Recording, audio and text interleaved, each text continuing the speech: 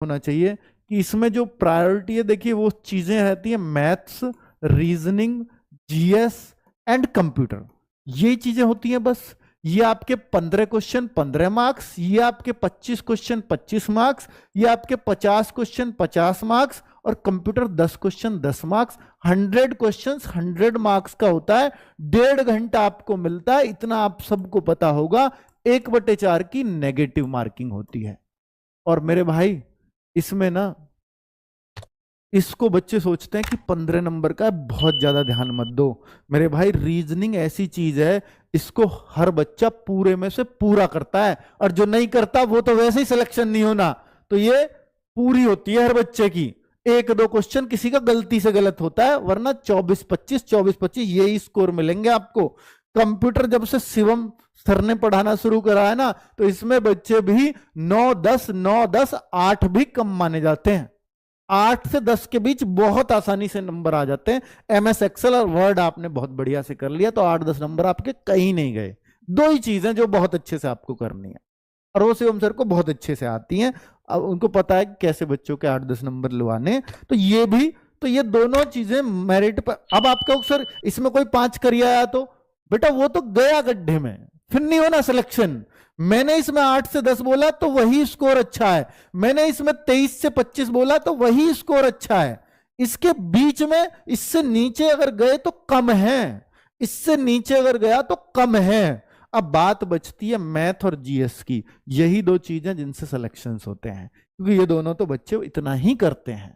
अब बात भाई, अब आप कहो कि सर मैं एक न्यू हूं, फ्रेशर हूं, तो मेरे भाई सबसे पहले इसको करके फेंक दो, फिर इसको करके फेंक दो। अगर आप फ्रेशर हो, बहुत आसानी से हो जाती हैं चीजें। और अगर आप साइंस मैथ साइंस के स्टूडेंट हो ना, तो इसको साथ साथ लेकर के चलो। सबसे आसान चीज आपको फिर ये लगने वाली है, लेकिन कुछ बच्चों के लिए सबसे मुश्किल चीज ये होती है, और इसको छोड़ के चलते हैं।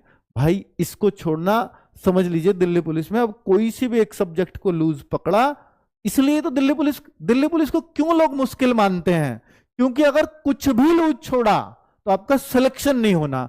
और चारों पे कमांड होना ये कला है। चारों पे कमांड बहुत ही कम बच्चे बना पाते हैं, इसलिए तो आसानी से सेलेक्ट भी हो पाते हैं। अब मैं आपसे कहता हूं कि भाई मैथ्स को इतना जरूर रखना, चाहे आपका कितना भी कमजोर है। पर भाई कमजोर वालों के लिए कह रहा हूं कि 12-13 क्वेश्चन आपके हो जाएं हर हाल में, इतना जरूर रखना। और इतने हर किसी को करने लायक आते हैं इसमें। बस 1-2 क्वेश्चन को अगर छोड़ दें तो 12-13 क्वेश्चन हर बच्चा कर सके, ऐसा ही मैथ पूछा जाता है। ठीक है, बस ये थोड़ी प्रैक्टिस ज्यादा मांगता है बाकी सब्जेक्ट्स के मुकाबले। ठीक है, अब मैं आपसे बात करता हूं जीएस की। मेरे भाई जीएस के 50 क्वेश्चंस होते हैं। 50 क्वेश्चंस में से आप ये कहो कि सर मैं 40 कर आऊंगा, भाई एसएससी की जीएस है, इतनी आसानी से नहीं होती। वो बात अलग है कि नवीन सर से पिछली बार 3 बजे का प्रैक्टिस सेट पढ़े बच्चे और वो 38-40 भी करके आए, वो बात अलग है। तभी तो वो 89-90 उनका स्कोर बना, इसलिए बना। पर 89-90 पर रैंक 1 आती है, और विद नॉर्मलाइजेशन सोचो, हालांकि उनको 1-2 का ही मिला था, नहीं तो वो तो 90 पे 1 रैंक आ जाती है इसके अंदर। तो फिर बच्चे के नंबर कहां कम हो रहे हैं, बाकी जगह तो हो ही नहीं रहे, तो इसमें ही तो हो रहे हैं। जब रैंक 1 वाला भी 40 क्वेश्चन ही कर पाता है मैक्सिमम, तो फिर वो तो विरला ही होता है ना। रैंक 1 तो भैया किसी की एक की आ सकती है 33 लाख में से। तो फिर इसमें एक अच्छा स्कोर क्या माना जाता है, ये माना जाता है कि 30 क्वेश्चन एक अच्छा स्कोर दिल्ली पुलिस के अंदर जीएस में एक अच्छा स्कोर माना जाता है।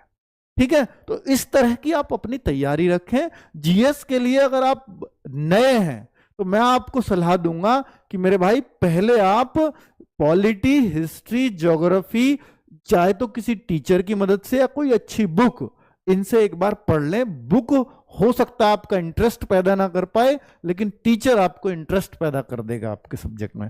पॉलिटी, हिस्ट्री, और भाई देखो साइंस भी होता है, इकोनॉमिक्स भी होता है, वैसे तो स्टैटिक भी होता है, पर ये सारी चीजें थोड़ी थोड़ी आपको पढ़नी तो पड़ेंगी, तभी ये जीएस बन पाती है। क्योंकि अगर आप 30+ की उम्मीद करते हो तो इन सारे सब्जेक्ट को ध्यान में रखना पड़ेगा। ठीक है, तो ये आप इस तरह से अपने आप को तैयार करें।